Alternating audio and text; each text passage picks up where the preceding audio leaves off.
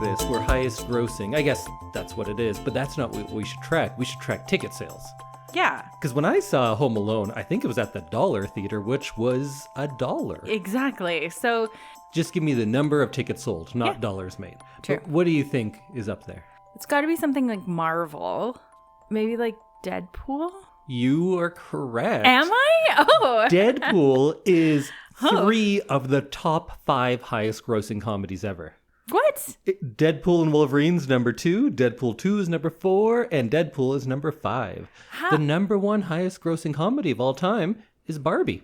That was my next guest. Barbie and Deadpool and Wolverine are surprisingly close. Huh. For how big Barbie was and Yeah. how like Deadpool and Wolverine, yeah, people saw it. People saw it, but it wasn't a like... cultural phenomenon. Exactly. And it didn't seem like it was in theaters for that long. They pushed it to Disney Plus right away. That was my like next guess was Barbie. And then there's a lot of franchises in there. All of the Men in Black movies are up there, Hangovers. There's a few Chinese movies in the top 10. The Detective Chinatown series. Oh. Hi Mom. Hi Mom was really big. But Home Alone is still holding on at number 15 and is the only movie, I think only 2 movies from the 90s, Men in Black from 1997 and Home Alone from 1990. Wow. Yeah. Huh. Everything else is quite recent. And all the Meet the Fockers and Oh. what did that come from? It wasn't Meet the Fockers first. Meet the Parents? Meet the Parents, yeah. That's interesting that one series of movies can hold so many spots in the top 10.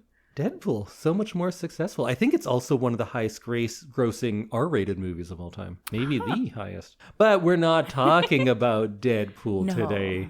Maybe another time. Maybe some other time. Today we are talking all about the movie Home Alone. So welcome to another episode of I Love This, You Should Too. My name is Indy, head trauma Randhawa, and with me is Samantha, injured feet Randhawa. What? Well, because of the movie, and also most of my trauma has been to my head. Yeah. A few concussions, and most of yours has been to your feet. Very true. I was like, why? Just like Marv. I kind of forgot that was in the movie. And I was like, why are you bringing that up on the podcast during Christmas episodes? Like, it's such a strange thing to bring up. Because Marv takes it all in the feet, and Harry is mostly to the face and head.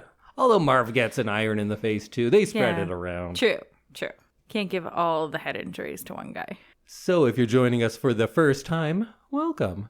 We usually go back and forth picking a movie that the other has not seen and maybe would normally hate, but I don't think you're going to hate this one. It is one that Samantha somehow, despite being born in the 80s, had never seen. So we remedied that. I said I loved this movie, and watching it again, you know what? Yeah, I do. I was correct. It still holds up. What did you think on your first sit-down watching of Home Alone? I enjoyed it. I can see why everybody is like constantly quoting it, why it's everywhere still, even though it came out in 1990. And I really enjoyed watching it. It was really nice. It's fun. And I think what I had forgotten is it's a good movie. Yeah. You know what? We were talking about Lights, Camera, Christmas. That was your Hallmark movie you brought. And I said, yeah, it's not blowing my mind, but it does most things quite well. Mm-hmm. The script is solid. The characters make sense. And I think you can say all of that about Home Alone as well. Mm-hmm. But Home Alone also has some extra things that I think makes it a better movie than Lights, Camera, Christmas. I'm insulted. But the script it's tight. It's a good, well-written, well-constructed movie, I thought. Yeah, I really enjoyed Home Alone just because it felt like a movie that a parent wouldn't be bored at. Like, and I guess watching it as an adult, it's a good kind of measure of whether or not. And it's also something that a kid would find fun. Absolutely. And there are so many things that I loved as a child I watch again now, and you're like, oh yeah, I get why I liked it then, but I'm not going to rewatch it anytime soon. This one stands the test of time, and I think when we go through this movie, I'm going to get into that a little bit, because there are certain things that I remember of how I felt about it when I was 5, 6 watching this for the first time, and how that's changed, because I still remember how this movie felt as a kid. Yeah. I think there were two big movies when I was a child, Ninja Turtles and Home Alone. Right. They were both huge, and they were both targeted at like my age, essentially. Mm-hmm. So let's go through the movie. We'll do it kind of chronologically, but there are some thematic stuff that we'll get into that will jump around a bit. And I guess, spoiler alert, if you haven't seen Home Alone, we're going to spoil it for you. Which was me yesterday. Yeah, that's true. So maybe there's other people out there, but I suggest go watch the movie first. So we start off with that iconic Home Alone logo that I'm sure you know already. Oh, yes. Yeah. I've seen that on merch, on posters, on movie theaters, everywhere. And my tattoo. Your tattoo. Indy has a tramp stamp of the Home Alone logo. Home Alone. Oh, that would be such an odd choice, but now I kind of want one. And I didn't know what it was from until today. And even that logo, that's well done. Yeah. Because there's only one light on in the house, and all of the letters are capitals, except for the one E that's a lowercase and kind of off to the side. And that's kind of Kevin and his family. Yeah, it's just simple. It's like eye-catching, and there's so much going on the movie poster that it like doesn't need to be a big flashy thing. It's not really about the words. So, and the first act I really like because it sets up him being kind of a jerk. It's not that he's just the victim, but a lot of it is about him being forgotten and pushed aside. And I'm the youngest child of 6, so watching this as a 5-year-old, a lot of that really resonated with me. Yeah. So that got me into it right away. And it's just those small things like he's not allowed to watch the movie with everyone else. And then he's always saying things like, well, get off the phone and make me, why don't you? Like, he's such a little smartass. And seeing a child act out that way, it was kind of like, oh, this kid's my hero. Yeah. I'm not going to say that because I'll get slapped, but he can do it. I can imagine that, seeing this as a kid and seeing a kid talk to adults like that, you'd be like, whoa, it blew my mind. Crazy. I love the, Kevin, you're what the French call les incompetents. That was very funny. It was very funny. And he just goes, what? His delivery of that. Just a good reaction to that, yeah. And then it's something like how he's expected to pack the suitcase and he's asking for help because he says, like, I've never done such a thing before once in my life. And they suggest that he just packs water and toilet paper. Yeah. And fair, I wouldn't know how to pack a bag. At 6? I think he's about that old. I think he's supposed to be around there. Yeah, I definitely wouldn't know what to do. I don't even think, like, at 5, 6, I was, like, picking my own clothes out of the dresser. No, maybe he's 8 or 9, because I think Macaulay Culkin was at this time. But still, if you let them pack their own things, look what all the other kids are doing. It's just bags full of toilet paper and water. Yeah. Yeah, nobody really should be packing their own suitcase. But I can't imagine packing like 6 children's suitcases to go on a trip. That would just be insane. And then there's the big blowout after they eat all the cheese pizza and Kevin attacks Buzz, spills things everywhere. And we get one of my other favorite lines. Look what you did, you little jerk. Which is a harsh thing to say to a kid. But we are coming right off of the 80s where you could just like yell at kids all the time. That was a thing in movies that we've lost now. Mm-hmm. Yeah, I enjoyed the adults' responses because it felt very much like a frazzled parent not thinking about what they're saying to their child before they say it.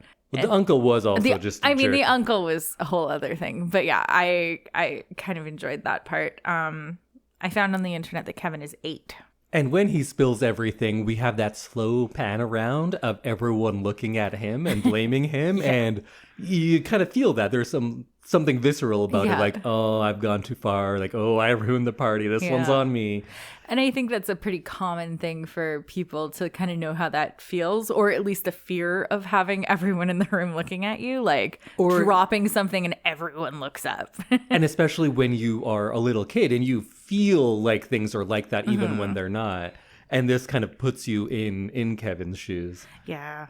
I also really loved when his mom's sending him upstairs and he goes, I am upstairs, dummy. He called his mom dummy. Yeah. Hilarious. But, you ever called your mom a name? No. Yeah, me neither. Like, seriously? No. We do now that we're older and we like joke around, but I've never said something out of anger to my mother. Yeah, no, me neither. No, you'd get the shoe for that. I also love Fuller. We only get a few shots of him, played by, I think that's Kieran Culkin, his real life brother, here his cousin, and Fuller is really funny. Just the faces he gives. He's got a really great reactions to a lot of things that are happening, and he's like, he's a very few words. Like his part, I don't know. Does he say anything? I don't know if he actually has a line. I was can't just thinking think of about one. that. But yeah, I just like love when they would cut to him and he'd have like a face on. Yeah. And it's just like, yep. And of course, he gets sent up and wishes that he never had a family at all. And it's kind of like a magical element because it's not that the wish is what caused this, but they're putting that out there too. It is kind of the wish and then a bunch of happenstance. Yeah. What about the set design of this house? This house is massive. And the inside was very 80s, 90s. Like it felt real, like a real house that somebody would live in. And I enjoyed just how it felt like there were just unlimited rooms in it. Watching this movie then, the first thing myself, and I think a lot of other people thought of like, wow, a Christmas house. This house is the most Christmas house I've ever seen. Now you're coming from a world where you watch Hallmark movies and every house looks like is this. A Christmas house, yeah. So it's kind of that effect has diminished over time, but this was the most Christmassy house I'd ever seen. It seemed like they put out towels and sheets and the robes and everything was Christmas themed or Christmas colored, and that wasn't a thing in movies that I had seen up to that point. Yeah, like their whole bedroom was decorated. Yeah. And now that's every low budget Hallmark movie's doing that, but ever, yeah. But I kind of love it. I kind of want to decorate our bedroom now. You want to buy special sheets for December? Yep. All right. So then they sleep in. There's good use of Run Run Rudolph as they're all running through. Yeah, that was good. It created the panic that you know that they're feeling. And that's something that we've lost to time where it's 45 minutes until our flight leaves. I hope we can make it. Now we just be like, okay, well, you've missed it already. I'm going to call the airline. It's not 3 hours. Reschedule our flight. Yeah.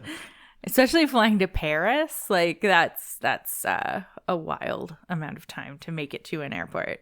And this movie does a really good job of setting things up and giving you little hints and something that's going to pay off later. Like the circumstances of him being left behind. He gets sent to the attic, so he's not around anyone else. His ticket gets thrown out. I don't know if you caught it, but it's really fast when they get all of the napkins and because he spills like soda, milk, something all over everything. Yeah.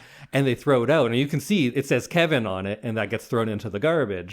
So when they're doing tickets, he's going to get forgotten that way. How the sister is counting everyone and that other kid is there for that moment. The street kid, yeah. The power outage. All of these things add up and you're like, okay, I can kind of see how they could forget somebody. It does make sense when you put everything kind of in a checklist of things that happen, like it's unfortunate events. Because the central conceit of this movie that he gets left behind as his family goes to Paris and doesn't realize until they're in the air seems real far-fetched. And then you see all the things happen. You're like, yeah, I could see that happening. That kind of works. Yeah. Throwing away the ticket, like it does, it checks out. And then there's things like right away he discovers the firecrackers, the gun, the movie. All of these things are going to show up later on too. But I do like the sequence when he first is realizing that he is home alone. And I like how often they say the words home alone in this movie. Oh, so much. That's a fun game for all of you out there. If you're going to see any movie in the theater and they say the title of the movie, you should stand up and applaud. Or go, woo! Yeah. So if you're watching Master and Commander on the Far Side of the World, is that what that movie was called? That's a bad title. Oh, I don't know. You probably won't do it too much, but if you're watching Titanic or Home Alone, you might do it a lot more. Oh, true. Spider-Man, probably Spider-Man, more yeah. Really, any of the Marvel movies, because usually they're just named after a person. But sometimes they don't call the person by that name. Yeah, true. But in this sequence, I like that his memory is slightly exaggerated because that's another thing that you would do. And then his first instinct, once he's happy that they are gone, is jumping up and down on the bed, eating, just running around crazy and stealing his brother's stuff. Yeah. Yeah. The kid part of like exploring parts of the house you're not allowed and like being in places that you're like not really supposed to be is like, that was a fun sequence because you know that feeling. What would you have done? 8-year-old Sam, you realize you can do everything you want without consequence. What would you do? Probably like sleep in my parents' bed. Eat things I'm not supposed to. But I'm such a like... You would have been scared of getting in trouble. Such a parent's child that I would have been like crying and inconsolable the whole time. Yeah, you wouldn't party at all. No, I wouldn't. I wouldn't be excited about being left home alone. I don't think there are things that I would do that I couldn't do otherwise. I had both a great deal of freedom and also self-control. So my mom hid the chocolate bars, for instance, but I knew where they were hidden. But I was like, well, I shouldn't eat one. That's not a good thing to do. So I always knew. I just didn't. I'd feel too guilty. Indy which is checks very out with how I live responsible. my life. Yeah. Guilt. I live a guilt-based life. And then the other line, which I think it's probably quoted that you've heard, Buzz, your girlfriend. Woof. That was hilarious. I have heard that, yeah. And just in case you're wondering if anyone's feelings were hurt, I think it was the prop guy dressed his son up in a wig and such, so it wouldn't actually be hurting some girl's feelings. Some like little girl. Yeah. That would be really hard to be like a teenage girl. And you're just used in one shot You're of the movie. ugly girl. Yeah. Well, if you're a young boy, you can. It's like a funny thing, maybe. Hopefully for him. And that bit of him shooting the figures down the laundry chute, I 100% did that. And now I'm realizing I must have gotten it from here. Yeah. Or did I do it and he also did it and we just had, similar kids, ideas? Yeah. Kids with laundry chutes. Yeah. I've never had a laundry chute, but I loved it. It does seem like a fun thing to play with. So much. I played with that laundry chute a lot. And I bet that parents would find it really annoying because you'd be like chucking cars down there and stuff. Yeah, That's exactly what happened. I can imagine the hijinks that would ensue. And then he starts kind of behaving like an adult once he kind of gets most of the straight up kid stuff out of his system. And I love his version of what an adult is because it seems to be largely learnt from television.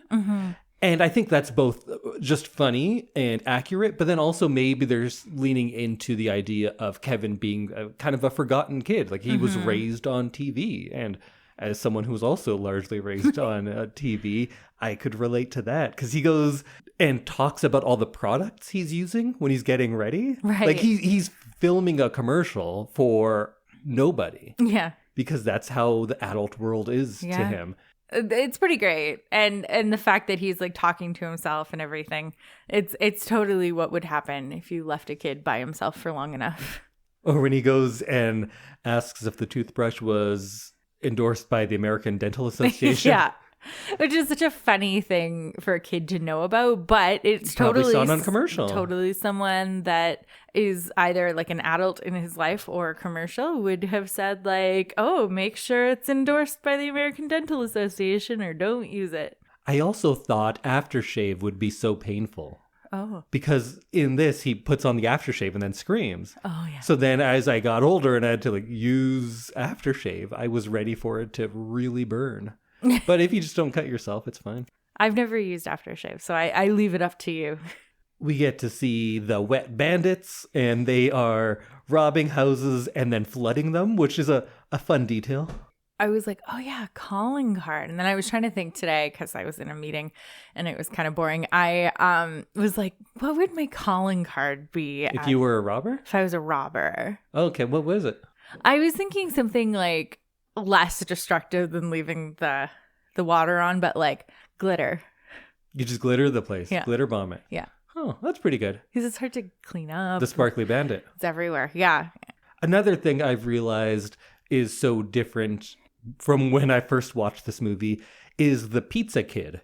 And I call him the pizza kid because he's, like a 17-year-old kid probably. Yeah, I'd say so. And when I saw this movie, I lumped him in as the same age as the parents or the burglars. Because, yeah, that's an adult. Yeah, because adults are old. He had a job. He drove a car. Yeah. So that's an adult. Oh, those are two adult things. Yeah. And now I'm like, oh, this poor kid. He's a child. He's a child. He's in high school probably. Yeah, I think it's so funny how you have no concept of like ages. Yeah. And I think that's the first instance of him using that movie, which was called Angels with Filthy Souls or something? Yeah, it was something like that. I was expecting it to be like porn. Oh, well, I think it's a takeoff of, there's a Jimmy Cagney movie, which I believe is Angels with Dirty Faces. Oh, okay. Pretty solid movie. Huh. And I think this is a play on that. And for a long time, I thought this was a real movie, but they shot it for this, and they did like some really good work on getting it to look period appropriate too. Yeah, because I would have assumed that it was a real movie as well. Mm-hmm. But that was huge. I remember kids at school, keep the change, you filthy animal. We were all saying that in kindergarten. So I get why parents didn't love this movie. Yeah, there's a lot of like real good one-liners for your kids to pick up. Yep, there sure were. And then say directly to you. Yeah, I am upstairs, dummy. With confidence. Oh, this is an entire generation of parents who probably hates Home Alone. Yeah. Yeah. Although I think my mother has come around on it now, because I think she's watched it in recent years, and now you're far enough removed that you don't have back talking little kids. True. So now he's cute again. I also think this movie does a good job of giving you the right amount of kid scary, which I don't think movies do well now. I think also we are much more sensitive, and I am not one of those like, hey, toughen up, kids. Like, it's probably for the best that we are. But in older movies, kids would be put in much more terrifying situations. Yeah. And this does a good job of kind of walking that line, because one of the scariest parts, I think, is there is a van following him and that's terrifying. Yeah, this was also like van stranger danger time. Sure. This was when we were told, you're like, look out for white vans. They're gonna grab you off the street. A van tried to grab me once. Really? Yeah. Oh. I didn't even know it was a big deal until much later. But then still my parents were like, nah, you'd probably be fine. I was walking. I was probably about 6, 7. And someone said like, oh, hop in. Your mom sent me to pick you up. Mm. And it was just like, I had been taught that though. Like that's one of the bits. And I just went, no, thanks. I'm supposed to walk. And they left. And I was like, oh shit, did I almost get murdered? Yeah. Was I that close to being murdered? Yeah. Or was it just someone like pranking? Yeah, that's something that I remember like seeing or hearing in school. It was like we had an assembly of like, don't talk to people who don't know the code word. Yeah. It was code word time. And I remember we all had our fingerprints done after an assembly. Like there was like a whole police like half day thing where they like took us through activities and everyone got their fingerprints done. Yeah, kids were just getting snatched up in our day. Yeah, and it was like a huge deal. So you almost being abducted is kind of crazy. It is. Also in that scene, they almost hit a child because they're not looking. And then they're like, watch where you're going, kid. Yeah. Which was the default of the time. Like, you would just get yelled at by adults all the time if you were a child walking around. At least that was my experience. Yeah. I was always being yelled at by adults. Were you? Just walking, doing nothing. Huh. Or getting thrown into fans almost. I can't say I was ever yelled at by a child. Or by an adult, I mean. I get yelled at by children now. Yeah, I was never the right age. When I was a kid, it was when your adults were allowed to just yell at kids. Huh. And now that I'm an adult working with kids, I'm in a time where kids are just allowed to yell at adults, but I can't. Yeah. It's never the right age to do the yelling. You need to be backwards. Benjamin Buttoned. Yeah, then I'd just be yelling at everyone my whole life. Yeah, exactly. You get to do lots of yelling. It's also good that the van is, I think they're plumbing and heating, and his other fear is the furnace. Yeah. That was a nice little tie-in. And that too, I was scared of my furnace room. Yeah. Basements in general were kind of scary when you were a kid, right? Yeah. I remember the first house we lived in Sherwood Park, the like good bathroom was in the basement. And I remember like hating to go down there because it was scary. It was dark and it was cold and like it wasn't like fully like developed, the basement. So it was like a nice bathroom in like a storage area. And I remember being really scared of it. My bedroom was in the basement, and we had one of those like cold storage rooms, and it was all unfinished and just concrete and these like weird wood shelves and stuff. That was all scary. Yeah, that sounds really scary to a child. And that the furnace lights up. Yeah. Like that was always scary to me because I'm like, why? Like, I've been taught that fire is bad and that we should avoid things on fire at all costs. And then there's just like a giant hot tube that I'm not allowed to touch that's on fire in our basement. And that's Seems okay. like a bad idea. Yeah. Then let's jump forward. We get that party scene. Oh, that's a lot of fun. That was amazing. I think this kid needs to be in like the CIA. They need to be like, he needs to be teaching a class on like booby trapping things and diversions. And I thought that Christmas party looked so good from the outside, and it was so fun on the inside. Where he's dancing too. He's enjoying it. He's having fun. That being said, and you're right, of course everything is heightened and like, how is the kid doing all of this? But he's not like an immediate genius. No. He has his mistakes and he figures things out. And then when he does the booby trap side of things, he first has to like resolve to defend the house. So there is a bit of a learning curve. It's still a movie and he's really quick at that sort of stuff, but not as instantly great at everything like kids are in movies today more. Yeah. His amount of ability made sense for how many older siblings and cousins he had. The other thing I remember about being a kid at this time was I was jealous of Macaulay Culkin, not Kevin, of Macaulay Culkin. I remember that like this scene and other things, and adults would be like praising him about how clever he was, and I'd be like, you know, it's just a movie, right? A kid didn't do that. A writer wrote that down. I was just like, because I was already into movies at this point. I was making my first movies when I was 6, 7, maybe 6 was my first one. So I kind of felt like I could be doing that too. Macaulay Culkin's getting all the fame. Yeah. Also, this was the first time that I was aware of like the world ruining someone. Oh. Like his fame ruined his life. Yes. And I would always be hearing all these things about Macaulay Culkin. They would always say like, oh, do you know he's a crack addict? Oh, he's dead. And they're saying all these things. And I was surprisingly media savvy, I guess, because I didn't believe it. And I was like, why is everyone like saying all these things just because he's famous? And then that was the first time where I realized that media consumes you. Yeah. It uses you up and throws you out. And I became aware of that because of Macaulay Culkin. And yeah, looking back on it now, like, man, that poor kid.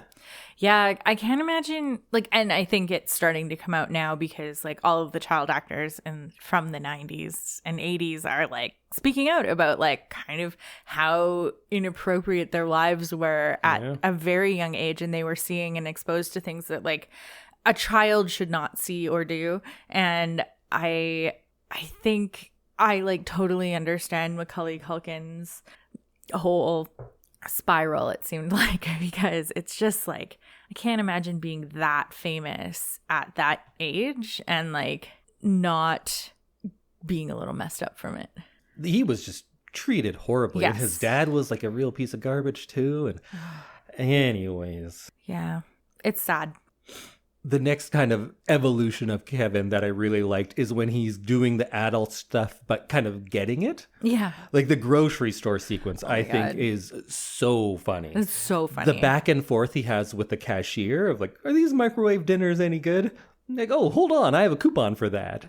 And then when she's asking him questions rapid fire and he has the answers. And my favorite one is like, oh, where do you live? I can't tell you that. Why not? Because you're a stranger. Exactly. His delivery was fantastic. He's very good. Yeah. I think it's super funny to hear him talk like an adult, like being an adult. And I remember being a kid and like pretending to like, you know, you'd play like house or maybe you didn't, but I did. Oh, you had 4 sisters, so of course you did. Oh, they wouldn't play with me. Oh, okay.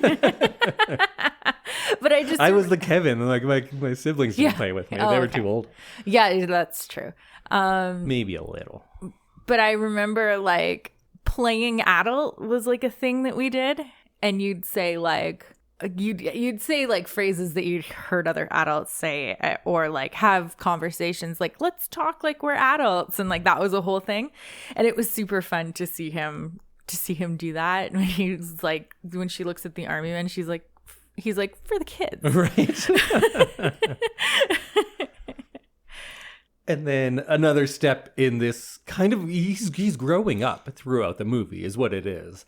And I think I didn't realize that as a kid, but now looking on it, that's clearly what it is. First, him being a selfish child. Yeah. And then being a child who has freedom, and then trying to imitate what an adult is, and then finally taking agency for himself, taking responsibility. And I don't want to say becoming an adult because he's an 8-year-old and that's not a great message, but he is taking responsibility, and he starts to like do the laundry, and he overcomes his fear of the furnace. He tells it to shut up, which right? is so funny. Those are the things that I'm like, yeah, this is a solid script underneath all of this silliness. Yeah, I liked that whole like arc that he had of being afraid, and then like being really sad, and then realizing that he can kind of do it, and then like figuring it all out himself. Oh yeah, and meanwhile his family is in Paris, and his mother is freaking out, trying any way she can to get home.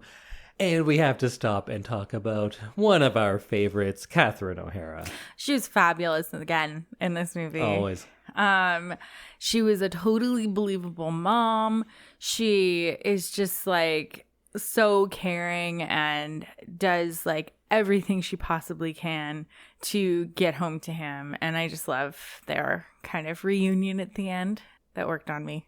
And she's so great at giving those really big performances like Moira Shit or Delia Dietz. And this is a pretty big and over-the-top movie, but her performance I found still very grounded. Like, the stress, the guilt, all of those things she feels seem real, rooted in our world. And yeah, probably a bit heightened because the movie is, but there are a lot of things like that I find ground this movie and stop it from being just a silly kids movie, because it's like 2 steps away from being that. But I think that performances like hers and some of those other things we're talking about are what make it something that can last, not just from the 90s and still be watchable now, but as you age, to like it for not just straight up nostalgia. There is there's good story and good filmmaking and good characters in here too. Yeah, I agree. And Catherine O'Hara is a gem in whatever she does. True. Canadian comedy royalty. And if we're going to talk Canadian comedy royalty, we have to talk about John Candy. Yes. So she meets him in Scranton, I think. And he is going to go and give her a ride because he's a good guy. He's the polka king. And you can tell he's just clearly improving all of his scenes. And I loved them so much. Yeah. One thing I do know about the behind the scenes of this movie is that he shot everything in one day and did it for $400. Oh. This movie went on to make, I don't know, like 400 million or something. And he got $400. So that's it. Wow. What a guy, John Candy. What a guy. So they had him for one day because they're paying him scale for the day. But one day is 24 hours. So he shot 23 hours straight. That's when you want to be hourly. not like the set rate. And they just didn't have the budget. So they gave him $400. Wow. And I loved his improv, first of listing all those polka songs. Yeah. I assume that's improv. And then when he's doing that bit about talking about how bad of parents his whole group is, and he says like, oh yeah, no, I left my kid in the funeral home. He was there with the corpse all day. And he was good after like 5-6 weeks, started talking again. Which is like such a good story to tell a mother who's like, I've screwed up my kid. He's going to be like all alone and scarred for life. Well, then she says like, can we stop talking about this? And he's like, well, you asked. And he's like, well, that little back and forth, you can tell those are just two, because I think they overlap at like SCTV and Second City.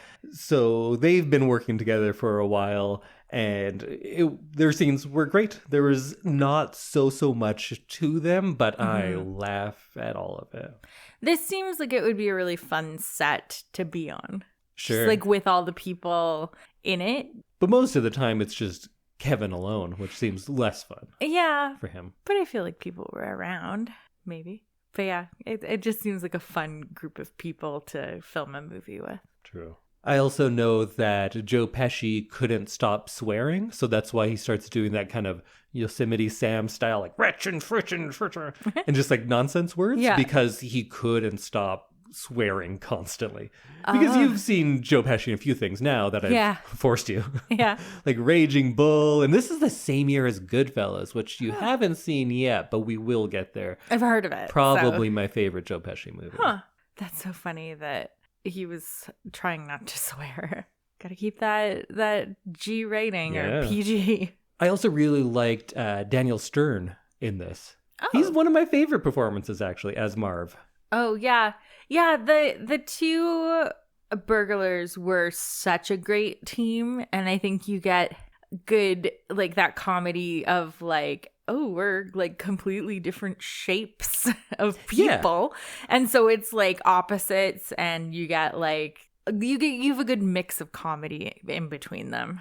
And even though we were saying how Kevin has become an adult, kind of, he's still fundamentally a kid, and we don't forget that, because he goes and tries to ask Santa to bring his family back. Just in case you were like, oh, this is some like fully grown adult in a kid's body. He has like this mind of an adult. But no, they do remind you that he is still very much a child. Mm-hmm. And then he goes to church. And the Christian messaging in this is so much better than those like real Christian movies, because they preach so hard. And here, like, it gives a very good Christian message of like, oh, you're always welcome at church, and forgiveness in this time. Like, those are actual quality lessons. Yeah. Yeah, it's just like a nice little learning moment. And I liked that whole conversation with the neighbor. Right, we didn't get to talk about the third scary thing, which is the neighbor who he has this idea that he's a killer who makes zombies or something that his brother told him about. And then he gets to meet him and realizes that he's just a sad old man. Yeah. Yeah, and I feel like, I don't know, maybe I didn't, but there's always like the grumpy neighbor that you're kind of scared of. Oh, yeah, we definitely had one, but we actually had good reason to be scared of him. He was a very bad person. Oh, okay. I think I just had like a person who may have been like, don't run on my lawn. No, we had a real actual bad one. Okay. I was just like always scared of this guy because he yelled at us once for being on his lawn. Mm-hmm. It was like a cul-de-sac, so like, you know, but that guy's like an actual grump, while this guy was just trying to do nice things for everyone. He was shoveling everyone's walks and like salting, and he was a nice guy. And those lessons that Kevin learns throughout of, like, there is stuff about him taking responsibility, but there's a lot of him overcoming fears just by understanding what the thing is and finding out that his fears were unfounded in both the furnace and with Marley, who I assume is named that after Jacob Marley from... I assumed so. Because there's only like two famous Marleys, and I don't think he was a Rastafari, so... Oh, there's Marley and Me. The dog. Oh, the dog! 3. I don't know anything about that movie. I'm pretty sure... I haven't seen it. He's a Rastafari ghost at Christmas, though, so I think he's named after both of them. Oh. Yeah, that dog. Great reggae musician. Great reggae musician. Also a Christmas ghost. That's funny. Thank you. I can tell when I'm actually funny because you tell me I'm funny rather than no, laughing. I like it. Also, at that church, that is my favorite version of Oh Holy Night. On my Christmas playlist, that's the version that's in there. Oh. The music in this. Fantastic. Oh, yeah. So good. They used a lot of Christmas music in a way that didn't make it feel like a Hallmark movie. Yes. Because it was situationally appropriate. It wasn't just like, what do we do with this like empty 30 seconds? Just throw like a nonsense Christmas song in there. Yeah, but their Christmas music is... unlicensed. It seems like it is AI generated Christmas. It's all their songs are like Christmas, Christmas, it's Christmas time, have a tree. And that's not a song. Have a tree. But in this, I, as a child, thought this was all Christmas music, that it was Christmas music that everyone knew because I knew it. This was the Christmas music I know. It wasn't until I became like closer to being an adult that I realized this is a original John Williams score that just sounds so right that I think it's Christmas music. Which I think is kind of the highest compliment you could give this movie. Yeah, absolutely. No, it felt Christmassy without being like Christmas. Yeah. Which is a lot of Christmas movies are like, they really beat you over the head with it. And they often use the same few songs. And this one did use Run, Run, Rudolph, which is used a lot. But that's a good use of it because they're literally running through an airport. And it was about 20 seconds. It was like situationally appropriate. It was. Yeah. Whereas sometimes you're like, why are they playing this song? Yeah. Because they say Christmas in it 4 times. Then we get that setting up montage. I always love a good montage. The music in that is very good too. Yeah. Yeah, there were some good montages in this movie. But I was always sad that he doesn't get to eat his macaroni. Yeah, it looked like nice macaroni too. Something that an 8-year-old probably would not be able to produce. It was microwave. Oh, was it? Yeah, he says, thank you for this microwavable meal. And he has a wine glass full of milk, which is a perfect touch of what a kid left to their own devices to do something fancy would do. We'd go to Cranbrook for Christmas to see my grandpa and my aunt and my uncle, and I would get to drink out of this, like, it was probably like a shot size glass, but it had a stem and it was like crystal and it was very fancy. And I remember being like, do I get to drink out of the crystal one? And then my aunt would be like, yes, but you have to be very careful with it. Like, that was my adult thing. I was so excited about it. So yeah, being able to use a glass you wouldn't be able to use. And then we get into that break-in and trap part of things. And that's so much later than I realized. And it's so much shorter. Yeah, I was worried that this part, because like I don't like physical comedy that like where people are like hurting themselves. Like, I don't find that fun. No, there was very few of the actual trap type things that made me laugh. Yeah, but it was a fun like scene of an no. What am I trying to say? It was a fun, like, sequence. That's what it was. It was a fun sequence of events that it was just like so childlike that like an adult wouldn't think to like check if the doorknob's hot or like, yeah, it gets very cartoonish. Yeah, and it was fun and it was like quick and snappy, and it wasn't about how injured they were. That was the funny part. It was just like how ingenious some of these setups were, and it was quick, and it was like we moved on from them like real fast, and it was a good amount of people hurting themselves, I guess. Did you have a favorite trap in this? Or least favorite? I think burning my hand on a doorknob would be my least favorite. The only one that gave me like a visceral reaction is when Marv steps on the nail. Oh, God, yeah. Because it's kind of slow. Yeah. And the setup of that, of seeing like the shoes on the first few steps, then the perfect. socks. I love that, yeah. That was well done. I like that a lot. I think burning my hand on a doorknob, because it would not be something that I would ever think to check. And then I think my favorite, I don't know, it's not really like a booby trap, but like when he sticks his head through the doggy door and he's like there with the gun. Yeah. I thought that was super fun. And then the saran wrap with the like glue on it, and then the feather fan was pretty great. I think one of my favorites, an underrated one, is when he pulls the string for the light bulb and iron falls on him. Yeah. That's a good one. That was clever. But down the laundry chute. Yeah, love a laundry chute. And then my least favorite is the nail. Favorite/least favorite. It looked, that's the one I fear the most. Oh, yeah. Yeah, I think we watched another movie, Ready or Not, where she puts her hand on a nail. Oh, yeah. That was my worst part of that, too. Honestly could like barely look at the screen when that happens. Yeah. Because it was just so awful. So yeah, nails into body parts is like so gross. And we had to give a shout out to whoever the stuntmen were on this. Because this is pre-CG. So like, I know you're thinking like, well, they don't CG the stuntmen, but what they do is they'd remove mats and they'd remove wires, things that are actually keeping people safe. Right. They couldn't do that in this. And the types of falls they're doing, This type of stuff is actually way harder to do than like something that seems a lot bigger, like gunshots or knife stuff or getting hit by a car or explosions.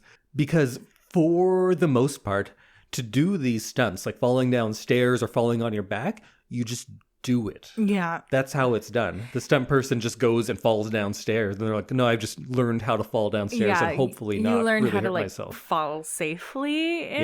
But like, you can't always. In quotes, it's not happening all the time. So yeah, that's impressive now that I know that. Because yeah, it's definitely some like major falls are happening, like with the ice on the front steps. He like flips fully over on his head.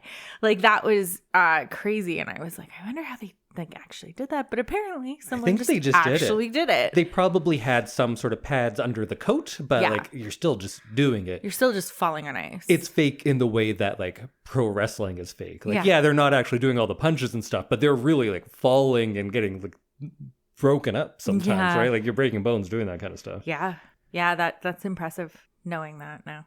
I feel like if they remade this movie, the biggest change would be instead of him saying yes all the time, because I was a kid of this era and that was a thing. You'd go, yes, yes, yes, yes, yes, yes. Yeah. That's what you did. Now it'd be, let's go. He'd be saying, let's go all the time. Oh, yeah. I still say yes. Yeah, because you're old. Because I'm old. True. One thing in this sequence that actually really makes me laugh is when the tarantula is on Marv's face and how he screams. Yeah. That scream was very funny. That is exactly how I would scream. Yeah. If there was a tarantula in or around my person, I would be... I hope it's not in your person. I mean, in my personal space. In your ear. Oh, don't even say that. That is like a huge fear of mine. Me too. Bugs crawling in my ear is a very big fear of mine. That... Like, my skin is crawling just thinking about that right now. Probably from all the spiders in your ear. No. Ew. I can't even. I'm just going to start talking again because I think you're having a whole thing over Go there. ahead. I also love when they get to the window and Marv says, like, oh, maybe he committed suicide. Yeah. That makes me laugh. And they're back and forth. We don't get a lot of back and forth between Marv and Harry, but it is very funny to me. Yeah. And then they are going to bite his fingers off and blowtorch his head after hanging him on the door once they catch him. But luckily, old man Marley comes and saves the day with his shovel that Kevin used to be so scared of. Yeah, I liked the idea that I got at the end that like Marley was kind of watching over him. Yeah. Like, he wasn't totally alone the whole movie. Like, he had an adult there if he really needed it. And then we get the big reunion, or reunions, I guess, ×2, which, you know what, like, really worked. They work for me. Yeah. It might be schmaltz. I don't know. It seemed earned, and it seemed within the characters, and I liked it. It was very Christmassy too. It wasn't just an emotional family moment. They really made it a Christmassy emotional family moment. Yeah, it did work for me too, and I felt like it was very emotional and real, which I liked. And then the surprise of the whole family being there. And they're like, yeah, we took that flight that we talked about in the very beginning. And you're like, oh yeah, I guess that would have. And they got home like 5 minutes apart, which is so funny. And how a lot of the family doesn't even really like say anything to Kevin. Yeah. Yeah. Like, we're doing our own thing. They're like, oh, hey, Kevin. Yeah. Like he hasn't been missing for like 4 days. And then we do get the reunion of Marley and his family as well, which was nice. And Kevin looks like he's almost crying watching it happen. Yeah. Oh. That was nice. I like that. Yeah, I like that too. I hear that's something that Chris Columbus added in. That wasn't in the script. Like, originally it was going to end with just like, oh, I've just been hanging around. Yeah. Oh, yeah, I like that little moment. I'm glad that they did it how they did it, because that was very satisfying.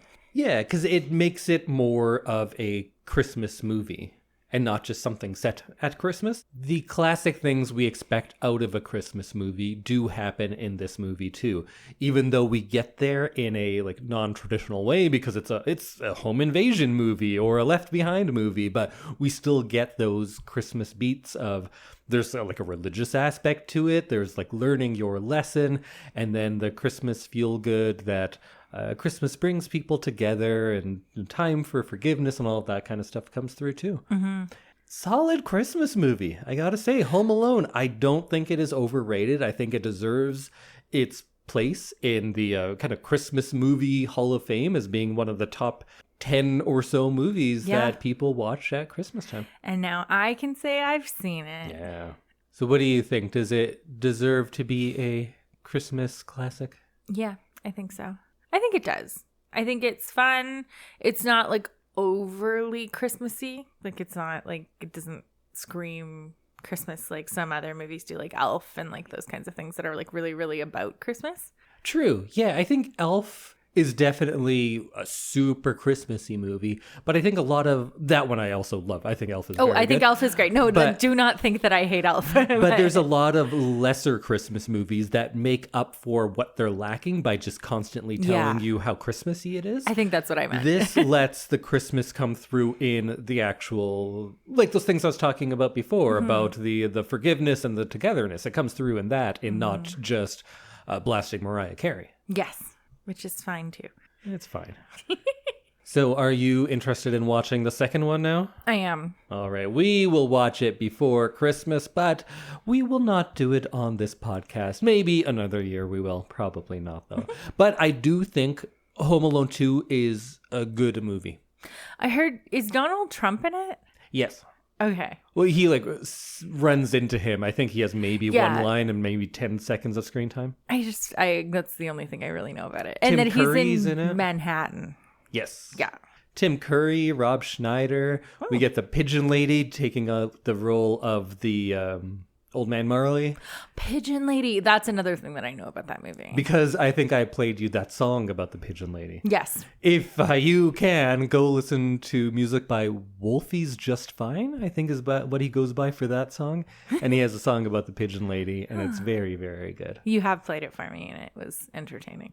So come back next week. We're kind of taking the week off because it's Christmas, but that doesn't mean we're completely off because we are going to bring one of our classic Christmas episodes and we'll be rebroadcasting our episode on Love Actually from, I think, season 1. So hopefully our audio is better than on the last. You know what? I don't think it is. I think our audio is not the best, but it's fine. I listen to a lot of podcasts out there and a lot of them sound like junk, so we'll fit in just fine. So they're not terribly surprised. This isn't an episode of I love this, you should too. It was a I hate this, you should too. Yes. Because we both hate Love Actually. We get and you in should too. some fights during the holiday season because we do not like Love Actually. It's a And a bad lot of movie. people are like, but it's so amazing. Yeah, and if you're one of those people, listen to the episode and see if you still feel that way. Yep. That's coming out next week, and then we're going to be on to the new year almost, so we'll be doing a best of 2024, and not a clip show. We're going to talk about our favorite movies, books, TV shows, and music from 2024. Yes. So It's almost over. It's almost over. I can't even believe it's December. It's crazy. What is time? Bye, everyone. Let's not get into that again. Goodbye. Ho, ho, ho.